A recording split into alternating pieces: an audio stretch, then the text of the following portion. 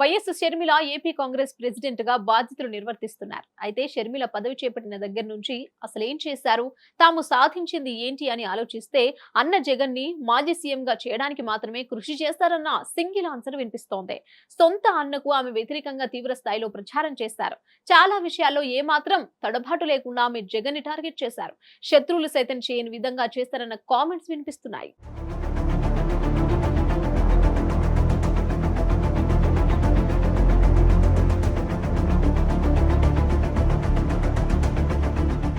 మామూలుగా అయితే ఇద్దరు అన్నదమ్ములు ఉంటే వారసత్వాల విషయంలో భారీగానే వివాదాలు వస్తాయి. అలా రాజకీయాల్లో అంటే వేరు పార్టీలతో ఖచ్చితంగా ఉంటారు. అయితే వారు కూడా ఒక దశను దాటి విమర్శలకు వెళ్ళలేదు అని విజయవాడ కేశినేని బ్రదర్స్ ఉదంతం రుజువు చేస్తుంది.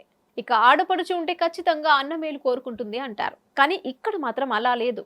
ఈ చెల్లెలు అన్న పతనాన్ని కోరుకుంది. అన్నపై విమర్శలు చేసింది. ఏపీలో పాలిటిక్స్ మంచి పీక్స్ లో ఉన్నప్పుడు ఆమె 3 నెలల పాటు వైసీపీ అధినేత జగన్ మీద చేసిన విమర్శలు భారీ ప్రభావమే చూపాయి. దాంతో కాంగ్రెస్ కి 100 కంటే తక్కువ వచ్చి చితికిల పడిన పార్టీకి ఈసారి ఏకంగా 2.5% పైగా ఓట్లు వచ్చాయి.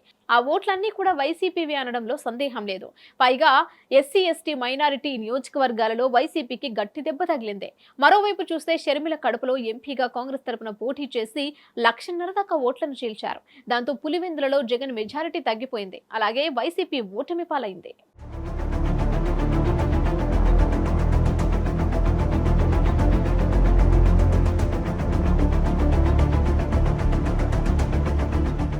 ఈ క్రమంలో షర్మిల వల్ల ఏపీ కాంగ్రెస్ కి ఇంతవరకు మేలు జరిగిందంటే ఆమె నాయకత్వ పటిమ మీద, పోరాట పటిమ మీద సీనియర్లు అయితే పెదవిరుస్తున్నారు. మరోవైపు చూస్తే పార్టీలో కేంద్ర మాజీ మంత్రి చింతా మోహన్ లాంటి వారు షర్మిల మీద హాట్ కామెంట్స్ చేస్తున్న నేపథ్యం ఉంది.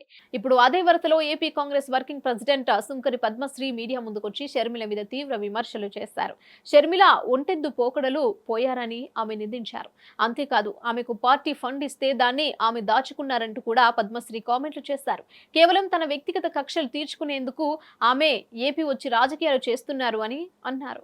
ఎన్నికల ఫండ్ ని ఎవరికి ఇవ్వకుండా దోచుకుని దాచుకున్నారన్నారు. ఏపీలో కాంగ్రెస్ ఎక్కడా గెలవలేదని, షర్మిల కూడా ఓటమి పాలయ్యారని, ఆమె దానిని నైతిక బాధ్యత వహించి తన పదవిని రాజీనామా చేయాలని డిమాండ్ చేశారు. తాను కూడా ఏపీ కాంగ్రెస్ వర్కింగ్ ప్రెసిడెంట్ పదవికి రాజీనామా చేస్తాను అని అంటున్నారు. మొత్తానికైతే షర్మిల పదవికి ఎసరు పెట్టే విధంగా సీనియర్లు చూస్తున్నారు. ఏపీలో సీఎంగా జగన్ ఉంటేనే షర్మిలకు కాంగ్రెస్ లో ఎంత విలువ ఉంటుంది అన్నది నిజమంటున్నారు. అన్న మీద ఆమె పోరాటం వల్ల కలిసొస్తుందని అంచనాతో ఆ పదవిచ్చారు.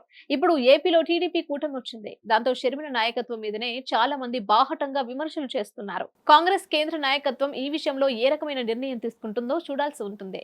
షర్మిల వల్ల పెద్దగా లాభం లేదనుకున్నప్పుడు దేశవ్యాప్తంగా కాంగ్రెస్ చేసే పార్టీ ప్రక్షాళనలో భాగంగా ఏపీ సీటు కూడా ఎగిరిపోవచ్చు అని అంటున్నారు.